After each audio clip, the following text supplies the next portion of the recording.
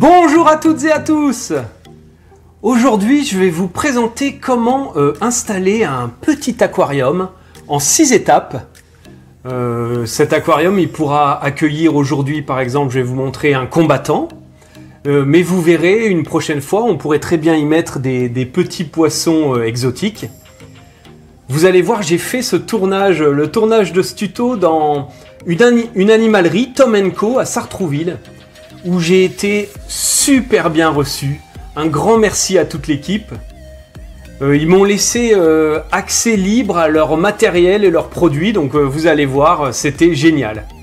On y va, c'est parti. J'ai choisi d'utiliser pour ce tuto ce nano aquarium de 18 litres fourni avec un peu de matériel. Il est proposé avec son couvercle, un tout petit chauffage adapté à la taille du bac, une petite pompe pour la filtration mécanique et un thermomètre digital. Je vais utiliser du sable clair avec une granulométrie pas trop fine pour que l'eau puisse circuler et favoriser une bonne filtration biologique. Il est important de bien laver et rincer abondamment votre sable de nombreuses fois jusqu'à ce que l'eau devienne transparente. Je vais choisir ensuite quelques pierres. Je vais prendre ces superbes Dragonstone grises aux détails intéressants. Première étape, positionner les pierres. Il est capital de les poser sur le fond de l'aquarium et pas sur le sable pour éviter tout risque d'éboulement si les poissons creusent. Si vous choisissez d'utiliser des pierres ramassées dans la nature, il faudra bien les nettoyer et les faire bouillir pour les désinfecter. Assurez-vous d'utiliser des pierres neutres. Évitez absolument les pierres blanches et calcaires qui durciraient votre eau. Pour que ça soit plus esthétique, ne positionnez pas votre élément principal de décor au milieu, mais plutôt aux 2/3, 1/3 du bac. La structure doit être bien stable. Évitez également que les pierres ne touchent la vitre pour ne pas risquer de la rayer et permettre un accès plus facile pour la nettoyer. Deuxième étape, étaler le sable.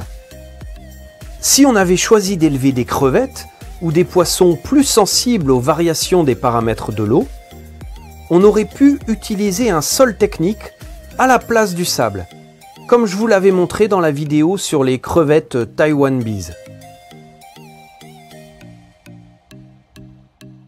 On en mettra plus sur l'arrière et peu vers l'avant pour donner un effet de perspective. Comme on n'aura pas de plantes à forte croissance dans ce bac, il n'est pas nécessaire de mettre plus de sable. Troisième étape, installer le filtre, le chauffage et le thermomètre.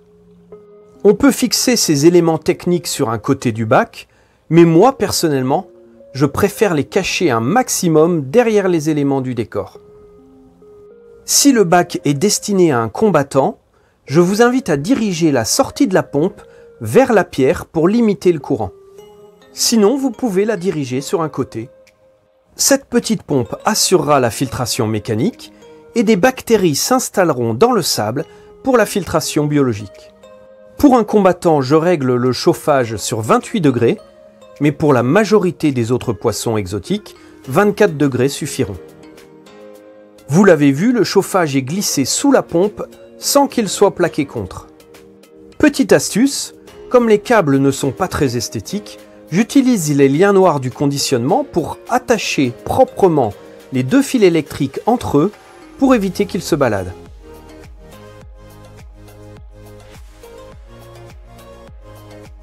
Je colle le thermomètre digital sur le côté pour qu'il soit discret.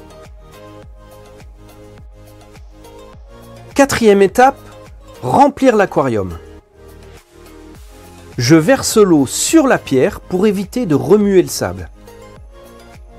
Comme je suis en magasin, j'utilise 2/3 d'eau osmosée et 1/3 d'eau du robinet.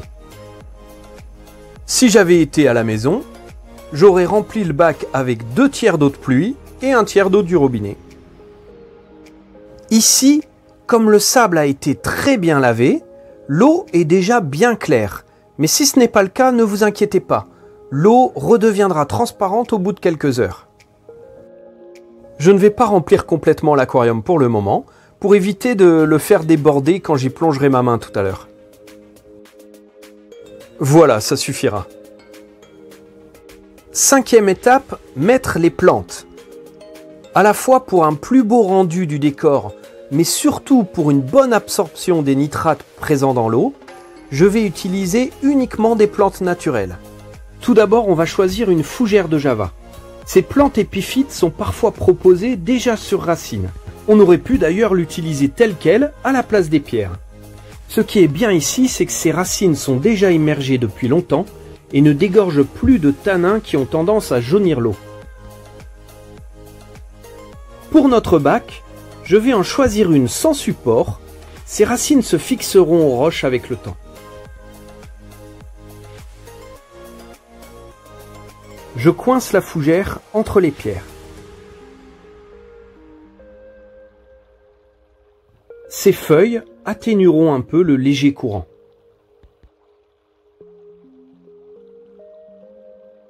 On aurait pu mettre aussi un peu de mousse de java d'ailleurs.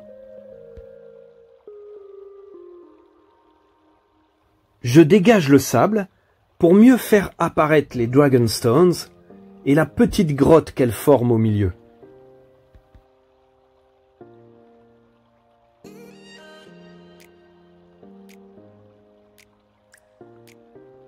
Je vais ajouter 2 petits pieds d'Anubia nana, une plante à croissance lente également hyper résistante.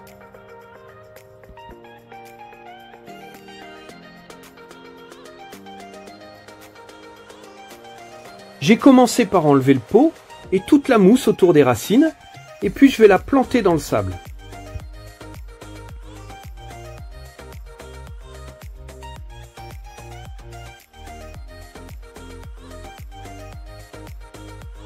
Je fais pareil pour la deuxième.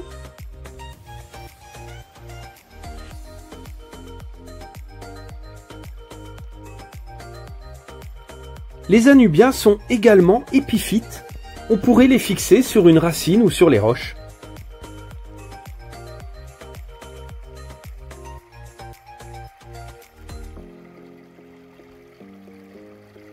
Les 2 espèces de plantes que je vous propose ici sont particulièrement faciles à maintenir et je vous les recommande pour votre bac.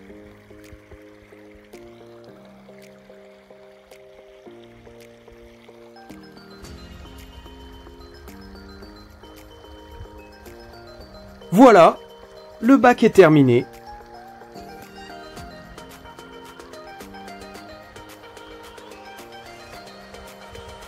Je vais ajouter un petit éclairage LED de bonne qualité.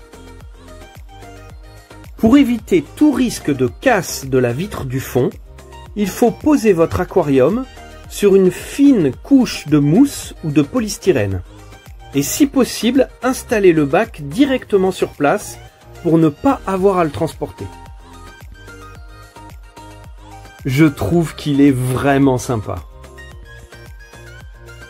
La pompe et le chauffage sont branchés. Il va progressivement chauffer l'eau jusqu'à la température souhaitée. L'éclairage est branché sur un programmateur de façon à éclairer le bac 7 heures par jour les premiers mois pour éviter tout développement d'algues. La durée d'éclairage sera ensuite progressivement augmentée jusqu'à 10 heures maximum.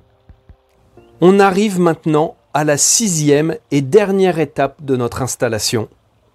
C'est à la fois la plus simple et la plus longue. Il faut maintenant attendre au moins 21 jours que le cycle de l'azote se fasse. C'est-à-dire qu'il va y avoir dans votre aquarium un pic de nitrite autour du 15e jour, mortel pour les poissons.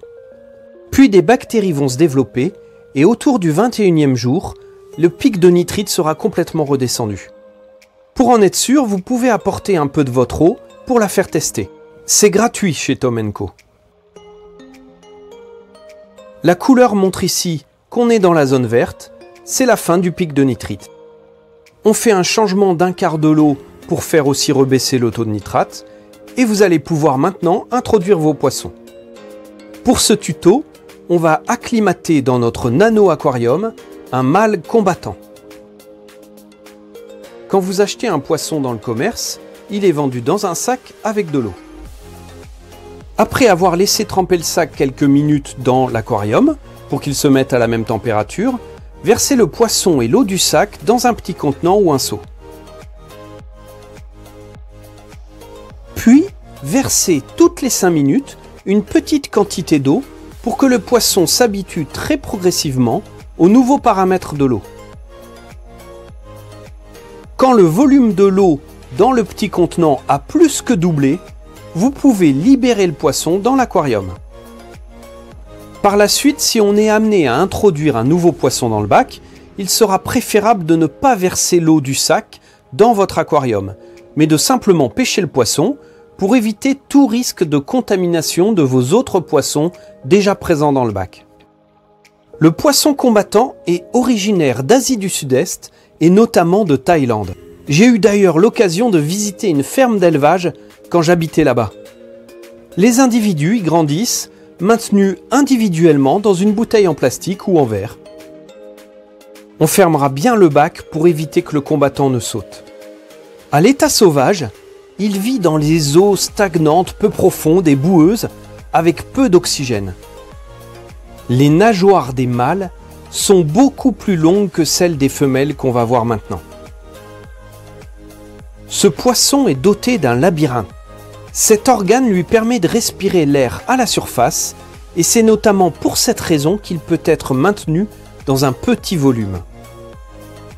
Les mâles sont très agressifs entre eux.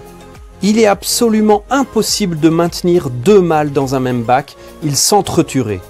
D'où leur nom de combattant. Vous pourrez le nourrir avec de la nourriture artificielle pour poissons exotiques, mais il appréciera plus volontiers la nourriture vivante, larves de moustiques, vers de vase. C'est bien souvent la seule nourriture qu'il a connue dans sa ferme d'élevage, où les vers de vase prolifèrent dans des grands bassins en béton. À défaut de vivants, vous pourrez aussi lui proposer des vers de vase congelés. Il faudra le nourrir 1 à 2 fois par jour, mais hyper important, en très petite quantité. Toute la nourriture doit être absolument consommée en quelques minutes. Paradoxalement, un petit aquarium demande beaucoup plus de rigueur qu'un grand bac avec un grand volume. En cas de surnourrissage, les paramètres de l'eau peuvent très rapidement se dégrader. Vous pouvez d'ailleurs ajouter dans le bac quelques escargots planorbes pour manger les éventuels micro-restes de nourriture. Malgré tout, avec les déjections et les éventuelles décompositions de plantes, le taux de nitrate va petit à petit monter dans votre aquarium. C'est pour cette raison qu'il sera indispensable de faire régulièrement des changements d'eau de l'ordre de 1/4 du volume, au moins toutes les 2 semaines. J'insiste sur ce point, c'est encore plus important de le faire pour un petit bac que pour un grand. Voilà, ce tuto est terminé. J'espère qu'il vous aura super intéressé et que le look du petit bac là vous aura plu également. N'hésitez pas à me le dire, me dire ce que vous en pensez dans les commentaires. Sinon, bien sûr, si vous n'êtes pas encore abonné, pensez à vous abonner. Ça donnera de la force à ma chaîne. Et puis, un dernier élément qui, j'en suis sûr, va vous intéresser, c'est le budget. Alors, je me suis noté, en fait, s'il avait fallu que j'achète tout le matériel que j'ai utilisé là chez Tom & Co. Encore une fois, je vous remercie énormément l'équipe de Tom & Co de m'avoir permis de faire ce tuto, c'était vraiment trop sympa. En termes de coût, donc le nano aquarium, tout équipé en kit, avec comme vous l'avez vu, le chauffage, le filtre, le thermomètre, il y en avait pour une 40aine d'euros. Après le sable, bon, il y a matière, certainement vous pouvez récupérer un peu de sable d'un autre bac. Donc bon, vous avez vu, c'était un peu plus de 5 euros pour le sable, mais j'en ai utilisé finalement très peu. Les 4 pierres Dragonstone, qui sont pour le coup magnifiques, mais c'est quand même, faut compter 6 euros la pierre. La fougère de Java, 15 euros. Les 2 Anubia, à peu près 7 euros. L'éclairage LED, comptez une 30aine d'euros. Donc au final, ça fait quand même un budget de 120 euros s'il avait fallu que j'achète l'ensemble du matériel en animalerie. Après, bien sûr, hein, c'est à vous de voir, mais vous pouvez aussi, comme je l'ai expliqué, trouver des pierres dans la nature que vous allez nettoyer, stériliser. Le sable, il y a certainement matière à en récupérer, bien le filtrer, le nettoyer, hein, d'autant qu'il n'y a pas besoin d'une grosse quantité pour un anneau aquarium. Et puis après, si vous faites comme moi partie d'un club d'aquarium, vous pouvez aussi certainement récupérer des plantes, hein, puisqu'elles poussent et au bout d'un moment il y en a trop. Donc voilà, il y a possibilité d'en récupérer. Et c'est sûr que là, ça peut largement faire baisser le budget. D'autant que le kit de départ était pour le coup pas trop cher, hein, 40 € le nano aquarium tout équipé, c'est plutôt pas mal. Voilà. Après, bien sûr, il faudra ajouter le coût du ou des poissons. Hein, ça peut être un combattant, comme on l'a vu, et puis ça pourrait être aussi d'autres poissons exotiques. D'ailleurs, je vais vous faire une autre vidéo spécifique sur quelles pourraient être les espèces de poissons que vous pourriez mettre dans ce type de petit aquarium pour débuter. Voilà, très bien. Merci à toutes et à tous pour votre soutien et vos messages d'encouragement. Et puis, je vous dis à bientôt pour une prochaine vidéo. Merci, au revoir.